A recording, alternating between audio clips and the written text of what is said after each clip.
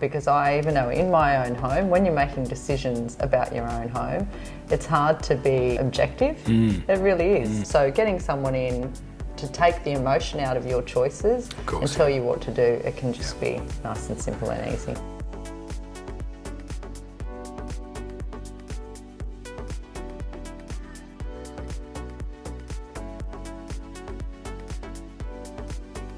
Hello everyone, welcome to our first video within the selling cycle of the real estate life cycle that we're shooting at the moment. Today's guest is Jo Lambert from Two Monkeys and also her own business, Jo Lambert Styling. Jo, hey, welcome to our little program. Thanks for having me. How's life treating you? Yeah, good. Busy. That's good. Busy. That's good. That's what you want. That is what you want. So today we're talking all things styling, but as we know, there's many levels to that, like you've said. Yep. So let's break those down firstly so we can get an understanding of the different types of styling, staging and things like that. Sure.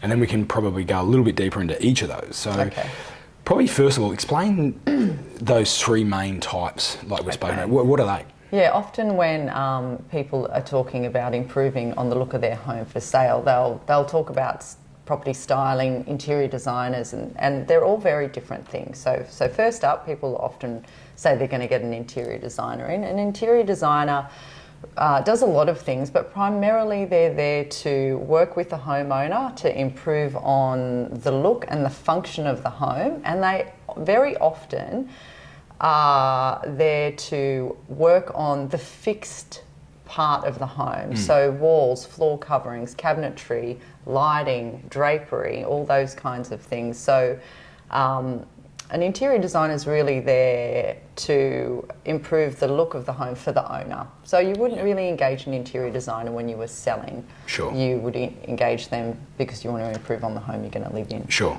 But a property stylist and a property stager are the people that you'd probably draw on when you were selling. So a property stylist is someone who's going to come in, and they also, work for people who are living in their home. They cross over to both owner and vendor. But they're going to come in and give you some advice on what to do when you're living in your home and you're going to sell it. So they might suggest things like they're not going to suggest very often fixed changes like flooring, cabinetry. They can if you want, but they're more so there to say, okay, this is the furniture you have. These are the things you have in your home. How can we improve on them for your sale? And then a property stager, the next level, a stager specifically is dealing with an empty property. So whether tenants have moved out or the owner's moved out because they've moved on or they've moved out specifically for the sale, a stager comes along and is looking at an empty space. And staging is when we bring all of the furniture in. None of yours is there. Furniture, art, rugs, the whole shebang. We're making the property look lived in. Sure. But everything is curated specifically for the size and the style of that home. And with staging, you're going to get the best result because everything that comes into the property will be new, it will be beautiful, it's never been worn or lived in. So staged properties, a bit like show homes, always come out the best if people have got the budget for that. Yeah, and it's interesting you mentioned show homes because as you walk through, specifically now in Wongawilli, used to be the Haywards Bay stuff, but now in Wongawilli where there's the display homes there, you walk through some of them and it's incredible the smallest touches they have, even to a watch on a bedside table or something like that. They really are. Like when we stage a home, we're really trying to create enviable spaces. Like I'm a stylist, but my home is still filled of things that have been given to me, that are still there from my very first home. So most of us will collect furniture and interiors over our lifetime. Hardly any of us go out and buy a whole house full of furniture, linen, art from scratch, but that's what a staged home is. And that's why when people go to a show home or a staged home, they really are very often wowed by the presentation because everything is perfect, everything is new and beautiful, and very often of the very best quality in linen and art and soft furnishings, greenery, like we add it all in, and it really is top notch, and it really reflects in the way the home looks and how people feel about the home coming through. It's interesting, something you mentioned there about greenery. we're obviously in my place today. How's our styling? It's really lovely. It's all right. Actually. That's good. Yeah, We passed. You did. But I've gone a bit nuts with the indoor plants. I've noticed a big trend in that sort of. I suppose when I walk into homes now, I notice a massive difference. Greenery. Even 10 years ago when I'd walk through homes, it's completely different now. Fake and real. The fake stuff used It's all real. Yeah, I know, I can tell. But the fake stuff has also improved hugely. Like it looks real, but doesn't it? Yeah. But it also comes often with a high price tag, the good stuff. But look, greenery, particularly in Australia, it gives people a sense of its freshness, cleanliness. It also brings the outdoors indoors. I say this to people if I'm doing prop styling. That's when I might just go and style an image that when you look through home magazines and interior magazines, regardless of what calibre, whether they're Vogue Interior or House and Garden, there is often greenery in most photos. Yeah, that's a good point, yeah. So whether it's just a little leaf in the foreground or a small posy in the background, greenery is used in so much interior photography. So I say get it into your house when you're selling, because for me, it's like a generic decoration. When it comes to art or say even flowers, some people will go, oh, I don't like roses or I love gerberas, but everyone likes greenery. It's just effortless and people just basically like it, even if they wouldn't have it in their own home. And this is why it's often in show homes and staged homes. It's just generally appealing to people. Yeah, and I think they can relate to it too. It's like, I love the Christmas memory when you go, my best mate's parents every year have a real Christmas tree. And you go in and you smell it and it's just, it's unreal, and it brings you back to, and they've had it forever, ever since I've known them, and brings you back to the childhood and those sort of memories. So I think, you can definitely relate to that stuff on many levels. You can have too much. Yeah. Don't go crazy. Like you can, not in a big space, a couple, two tall ones or one tall and something on a table. But you don't want like 6 and 8, plants in one room, because really then people are coming in, they're just looking at your plants. They're not really looking at your house. So it's nice to have it there for freshness. But you don't want it to be the main thing people are noticing. You want them to notice your house. Everything else, Yep. I've got the old Daintree happening in the corner. That's all right. That's okay. I'll cut that back. Katie has actually said to me, you're not selling, you're living here. That's so exactly you can right. have I can do what I want. Greenery as you want. Exactly. Now, you clearly define really those 3 different areas, particularly where you work in. Now, some of the biggest hurdles I suppose most of our consumers would look at and go, they'd say, Joe, I can't necessarily afford to completely stage a home, and perhaps they're still living there if they're buying and selling. Most people are living in their homes. Yeah, they are. Talk to us about that, your role in that space, and how someone could not necessarily have a huge investment of, a couple of $1,000s. What's that sort of, not lower level, but what's that? Entry level. Entry level, cost-effective way to sort of make a difference. What's that? Look, there's a couple of ways that you can do it. You could approach someone who does property staging and say, can you come and have a look through my home and give me a consultation and some advice on how I can improve on it. And, those costs will vary depending on the size of the home. Sometimes the home stager might recommend some new furniture items and things. A lot of stagers won't do partial staging purely because people live in the house. So one of the things about staging, everything's new and beautiful. Rugs aren't walked on, beds not slept in. So they don't really want to, rent their goods to someone who lives in a home because they do get worn. But things like art and greenery and maybe some other props, home stagers might rent to vendors so that they can partially stage and have some of those nice features in their home. And again, depending on what you need to rent, prices vary, but they will certainly be cheaper than staging an entire property. And the other thing too is that a stager can give you advice so you can go and do it yourself.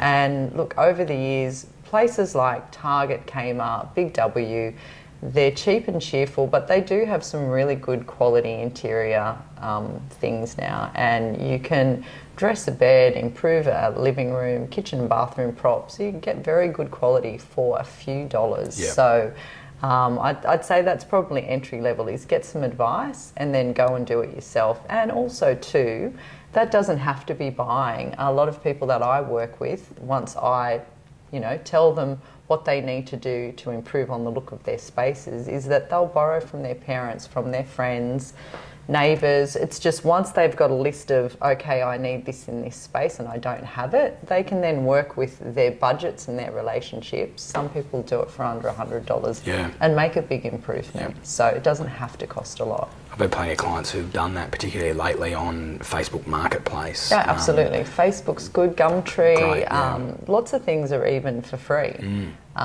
So, I mean, for me, I think that what you want to achieve is you want to show the size and function of your rooms in a property when you're selling it.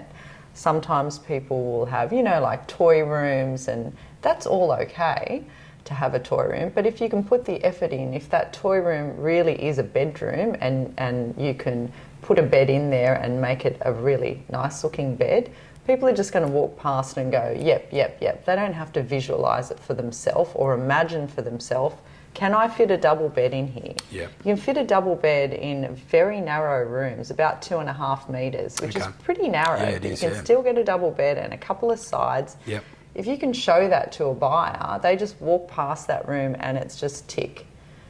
They know they can fit 2 guests there, they know they can fit a child there, they know it can be a toy room, but it's about giving people advice so that when buyers come through and they go through every room, it's just ticking a box, not leaving them wondering. But we kind of don't want to do that when we're selling houses. Yeah, definitely. And I think even how things have changed with beds nowadays and the storage capability under there. So if you have a smaller home where you've got a bed and doesn't have that storage, if they can see that can fit the bed in there, that it might be a gas lift bed or the storage underneath, it makes a big difference. It does, but it does take effort on the seller's part. But look, their homes are often their biggest assets, and people are moving out anyway. I say this to all of my vendors: you're moving out anyway.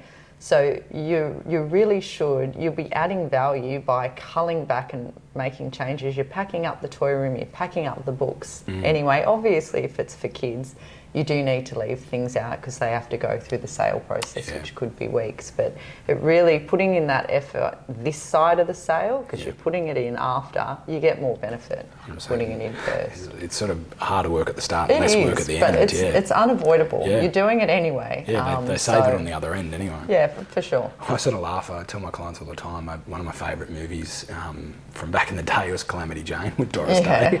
She gets this house down in the valley and then she sings that song, A Woman's Touch or whatever, and she goes through and spruces it all up. Sometimes it's just as easy as that to, let some light in and use what they've got, as you said, or some people do it for under $100. It's not, doesn't have to be, thousands of dollars. It doesn't have to be a lot. But certainly, look, engaging a professional can really help, because I even know in my own home, when you're making decisions about your own home, it's hard to be objective. It really is. So getting someone in to take the emotion out of your choices and tell you what to do, it can just be nice and simple and easy. And that, your family probably hates it, do they? Like, can't put that out of place. Kind of a bit. I've got 2 teenage sons and they're really good at making a bed. I'll tell you that. No doubt. Get them in an Novotel for a couple of weeks, I'll sort them out. Yeah. So it probably leads me into the next part of everyone I deal with, sort of they want some tips on depersonalising a space. I'm not a massive fan of taking everything off the wall, and people want to buy a home, not a house. Absolutely. But what are your tips there to sort of have that probably middle approach where it's not 400 photos on a wall, and like our teenage daughter has, I reckon, 400 Harry Styles photos on the wall. So get rid of that to maybe one. Pretty simple formula for that. So what are your tips there? My tips basically are that, look, when people are doing their open house, and so buyers, they often go to many open house inspections in a day, don't they? Busy day, they often have family and kids in tow. Yes, definitely. Open house inspections are half an hour usually, and there's lots of other people there. So for me, open house inspections can be a bit chaotic. So my tips then on decluttering are this: you don't want people to come in and feel overwhelmed, because they probably already are before they get there. So when it comes to decluttering and depersonalising, what you're trying to achieve is you don't want a lot of busyness in your house. If you have a bookshelf, take most of the stuff out. You don't want too much for people to look at when they're looking at your things. They're not there to see your things, to see your university degrees on the wall, to see your swimming awards. This is the personal stuff. Take it out. Sure. They're not there to see your wall of family photos, because look, and it's not even about privacy, it's about people are naturally inquisitive, and if you have a cabinet with a gecko collection in it, people are going to stop and look at that, and they're not looking at your AC, they're not looking at your new drapes, they're not looking at all the storage you have, and in the chaos of the other people there as well, people can come in, walk around and leave only remembering your photos of Tahiti, or you know what I mean? Definitely. They've lost focus at the open. So I say you want to keep them focused on your house. So declutter all the things that they would naturally look at. Then they are things like, you know, awards, degrees, photos, collections, lots and lots and lots of books. Unless you've got a purpose-built, you know, bookshelf that you can't remove, really just cull everything back, because people will stop and look at it and they've missed your home. So it's just really as simple as that. And when it comes to decorating too, you don't need to get a big tick for your decorating. People aren't there to assess your decorating skills. You just want them to go from room to room, for the room to show function, so dining table, chairs, something nice on top, lounge area, maybe coffee table, rug, some nice cushions, done. You don't need to have 16 cushions on there and candles and everything everywhere. Again, beds are important, bedrooms, because most properties will have 2 to 5 bedrooms. So a lot of the rooms of the house are bedrooms. Bedside tables, if the room's big, another piece of furniture, and then that's it. Because you're going to have a number of buyers in there all together. And if you've got blanket boxes, dressing tables, you know, standing mirrors, hat racks, you've got all this other furniture in there. It doesn't give people room to move around the space, so they can get in there and feel like it feels really congested and not get a good feeling. This is another thing I say to vendors, because often I will go, and sometimes I will have to convince the men of the value. Not always the men, but I'll say that. And I say this to men and women, that look, you're going to get buyers that look past the styling and the staging. I call them the bricks and mortar buyers. They just want to see the pest and building report. They want to see what's the size of the block, what's the zoning, all of those kinds of things. And absolutely, they're valid, very valid too. But you'll get a lot of people that will just come in, if they're taken by the way the property feels, then that will help sell the property. If they come in and feel that it's poorly presented and they just want to get out of there because it's cluttered and messy and doesn't give them a good feeling, the bricks and mortar ain't going to help. But similarly, if the property has got a few things wrong with it, but they come in and they just feel like, wow, I love this space, it's cozy, it's homely, I just love how clean and neat it is, that can also, in the other way, it can help sell a property. So cover all your bases, do your pest and building reports, get, you know, things fixed so that the house is livable and in good condition, but you know, use whatever resources you have to present it well, because it's all just adding value.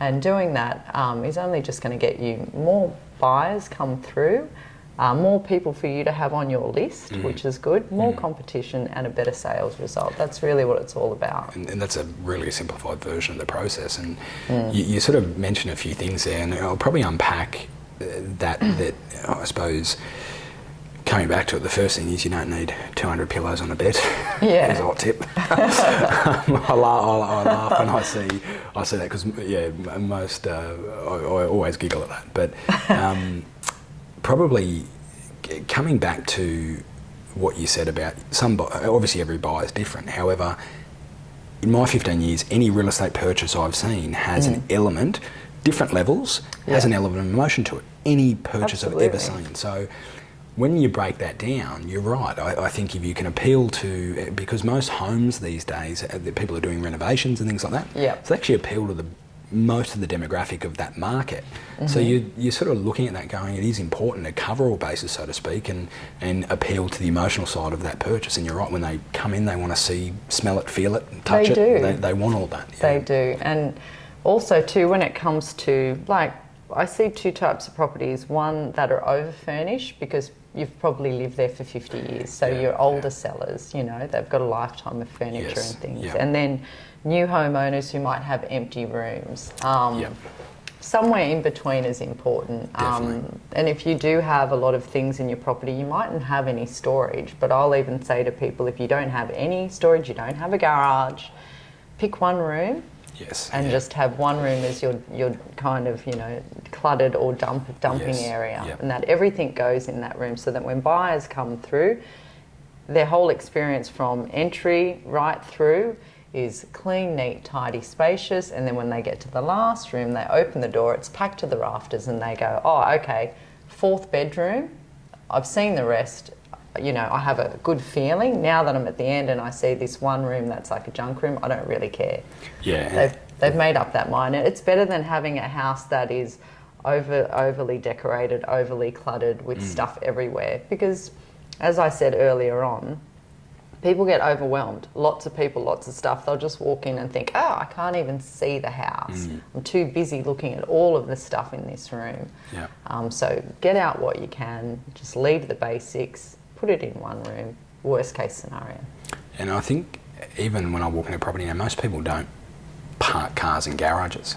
You know, full of these beautiful Bunnings shelves and stuff like that. So if you don't have the storage, people find a way. And I think sometimes owners can overthink it a little bit too much, where it's important to, whenever you're devising a strategy to release a property, it's always important to look at the demographic of who's going to buy it and tailor your strategy to that demographic. But I think most owners, overcomplicate it, where the buyers most of the time are going to live like them anyway. How they have it set up most of the time. You know, so sometimes it's, I think, as we've said sort of off camera before, simple is best, you know, and culling that back. So it's, I suppose some good tips there to depersonalise, and it doesn't take a huge amount of financial investment, as you say, but more so a time investment. You know, it doesn't have to be a huge time investment where you're spending months and months and months to get that. Some homes I've seen like that, but very rare these days, I think. No, it's just usually like a good weekend or long weekend.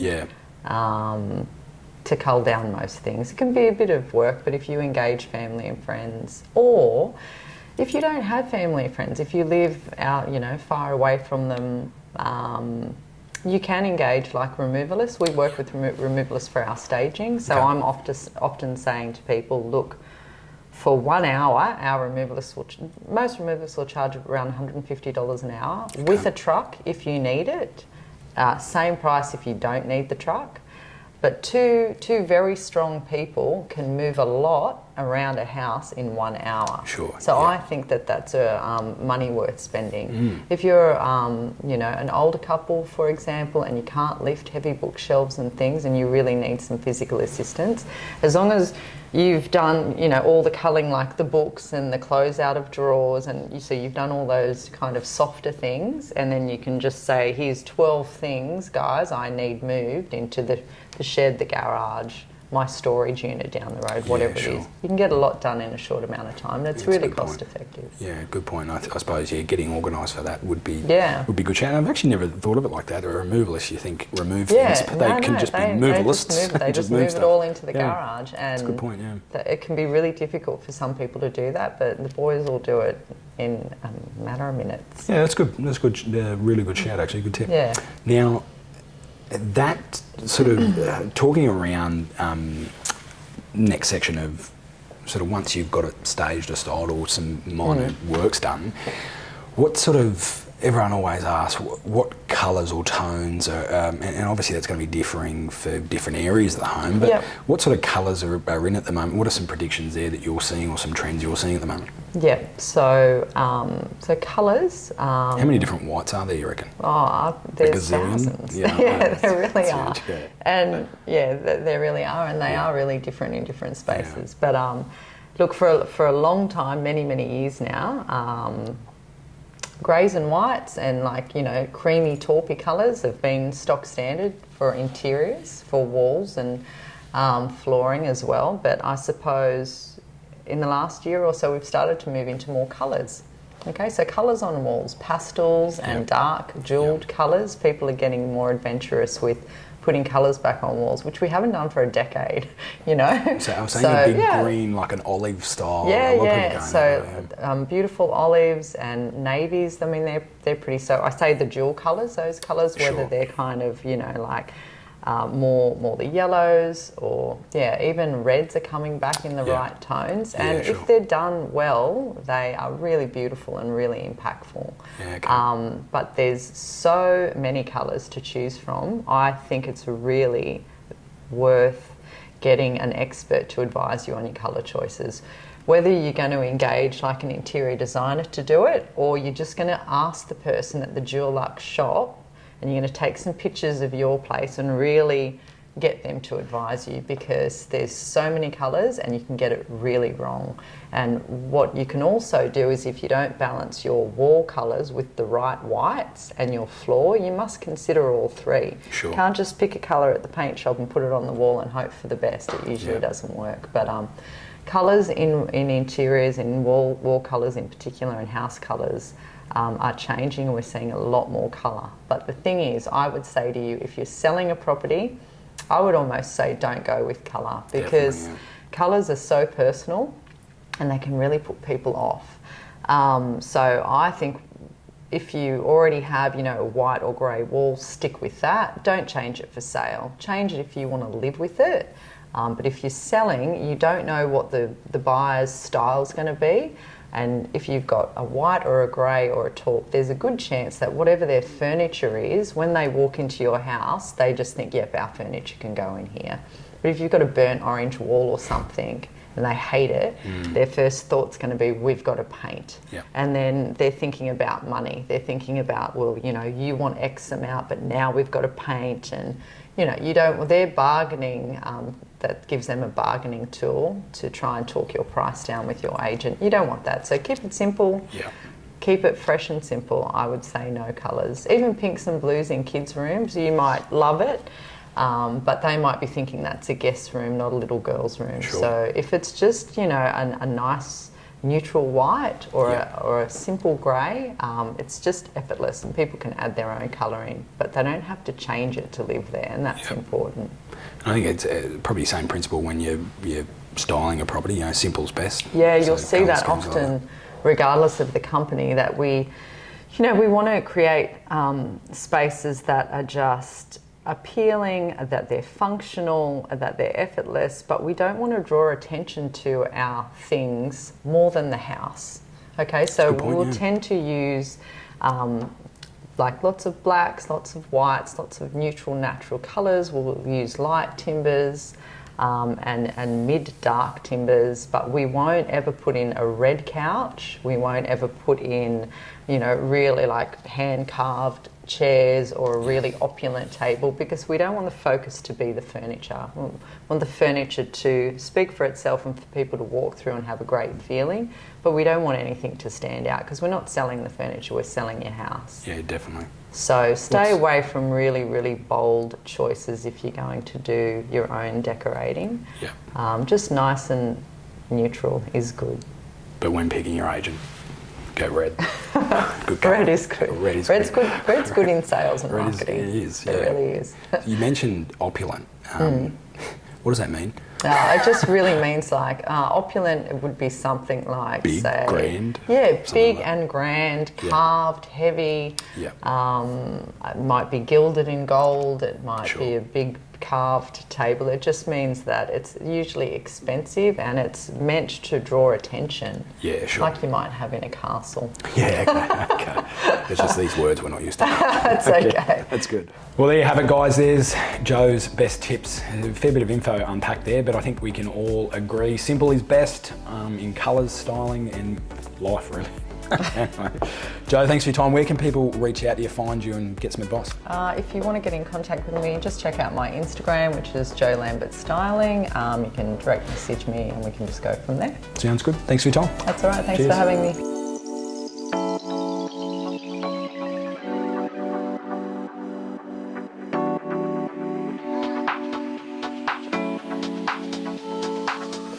Wait, we could call this Between Two Ferns. Totally. Is that Galifianakis? The Galifianakis, or